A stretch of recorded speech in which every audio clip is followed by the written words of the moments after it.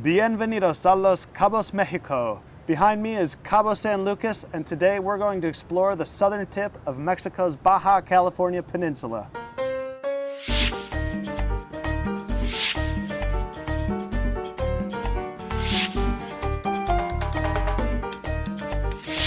Los Cabos, Mexico.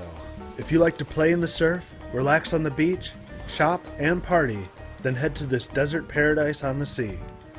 Los Cabos is a municipality located 1,000 miles south of San Diego in the Mexican state of Baja California Sur. There are three main areas that make up Los Cabos: the more traditional, relaxed town of San Jose del Cabo, the 18-mile stretch of beaches and desert along the coastal highway known as the Los Cabos Corridor, and our first stop, Cabo San Lucas. What was once a quiet fishing village has become one of Mexico's hottest tourist destinations. And by hot, I mean I was really sweating a lot. I'm here in August, which I hear is the hottest month of the year. It also happens to be the low point for tourism, and I don't think that's a coincidence. Cabo San Lucas is located on a bay with a beautiful view of the Land's End Peninsula, which features its most famous natural rock formation, El Arco, or the Arch. There are tons of water taxis, glass-bottom boats, booze cruises, fishing tours, etc., willing to take you out to the Arch for a photo op. But that's not the real reason to come to Cabo. Now right here, this is the real reason to come to Cabo. The beaches and the sun. Can I have a margarita? Margarita? Si, senor. There are miles and miles of beaches lining the Los Cabos shore, and you can find the perfect beach for your taste. Like the quiet sands of Playa Somar on the Pacific coast, or the hustle and bustle of Playa Medano, Cabo's busiest beach. At Playa Medano, you can grab a beach chair at one of the many restaurants and hotels on the bay and order cervezas and margaritas until long after the sun has set. Downtown Cabo San Lucas is party central for Los Cabos and features some great clubs like the epic partying at El Squid Row and Sammy Hagar's Cabo Wabo Cantina. Cabo specializes in peddling sin in many forms, including lots of strip clubs which tend to be barely disguised brothels and an overwhelming amount of drug dealers offering to sell you blow, weed.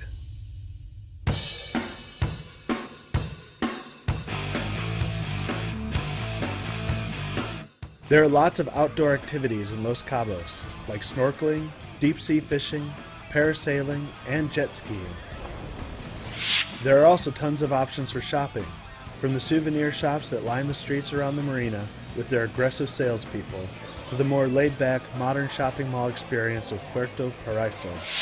If you are feeling hungry, then there are tons of great restaurants and taquerias with delicious seafood, Mexican food, and cuisines from all over the world.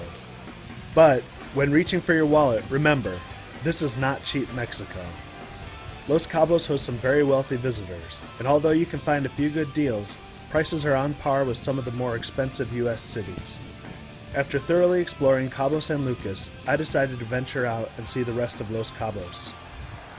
Alright, I just rented my scooter and I'm about to head out.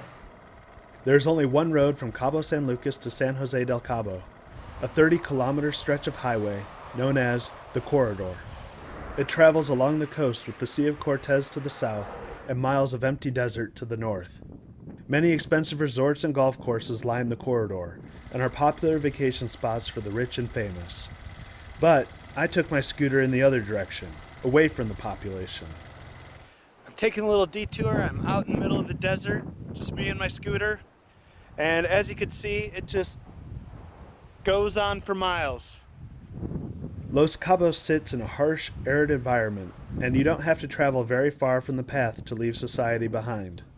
The lack of fresh water made Los Cabos an unappealing, almost uninhabitable place for Mexicans and Europeans to settle for centuries.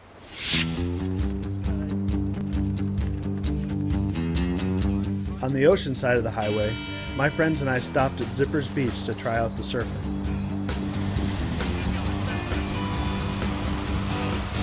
Water temp is perfect. Oh man, slightly below bath water. How are the waves? The waves are fun, playful. Los Cabos has some great surf breaks, but make sure to do some research beforehand, or ask the local surf shops for advice. Otherwise, you might find yourself surfing in a dangerous situation. The whole ocean is covered with rocks out there, so it's pretty rough on your feet. You have to go down a ways, which we found out later, to surf over where there's not rocks. After surfing, it was on to San Jose del Cabo for some more exploration. I continued down the highway, pushing the scooter to its limits, and still not keeping up with traffic. I just took this scooter from Cabo San Lucas to San Jose del Cabo. It was a harrowing experience on the highway. I don't recommend it.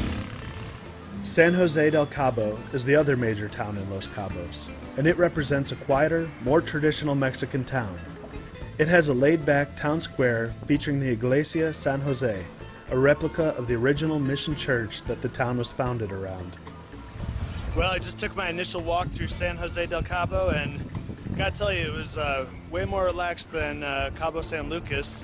As you're walking down the street, you don't have like 5,000 people trying to sell you stuff.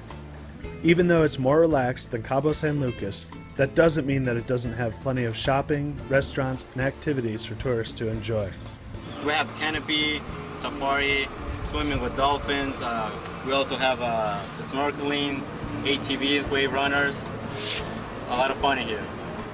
I didn't get to stay in San Jose del Cabo as long as I would have liked because I had to return my scooter, but I had a tasty, affordable lunch at La Serena and enjoyed strolling through the shops at Boulevard Mijares, where you can find some cool Mexican crafts as well as the standard trinkets that are found throughout all of Mexico's tourist destinations.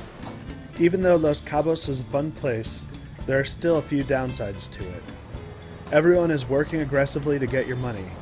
Some of the beaches have roaming vendors that disrupt your relaxation.